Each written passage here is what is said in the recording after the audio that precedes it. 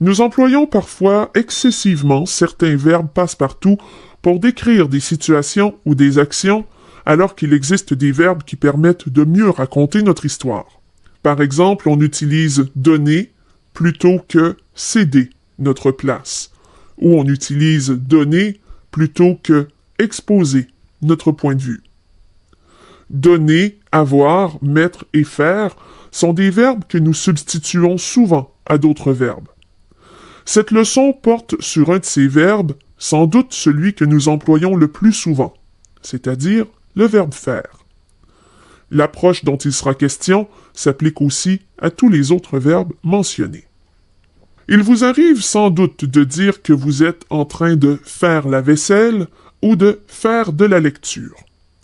Le verbe faire s'insère facilement dans nos phrases. Cette habitude indique une certaine paresse de notre part. Après tout, nous aurions pu dire que nous étions en train de laver la vaisselle ou encore de lire. Voici des expressions que nous utilisons fréquemment et des solutions de rechange plus directes.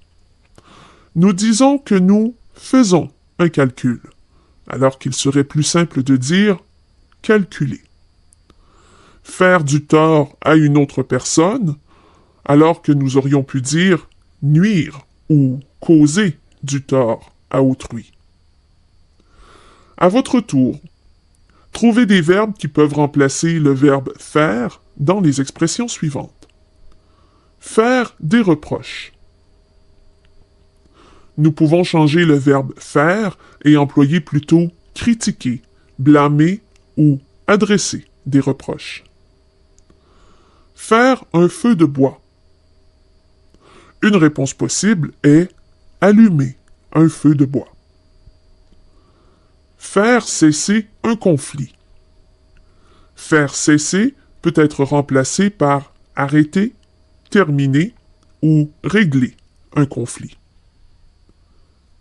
La meilleure façon de supprimer autant que possible le verbe faire de vos rédactions est d'appliquer le truc suivant. À l'ordinateur, faites CTRL F sur PC ou commande F sur Mac et inscrivez les premières lettres de faire dans la barre de recherche. Votre logiciel trouvera pour vous la plupart des occurrences du verbe faire et vous pourrez par la suite fouiller dans un dictionnaire pour les remplacer.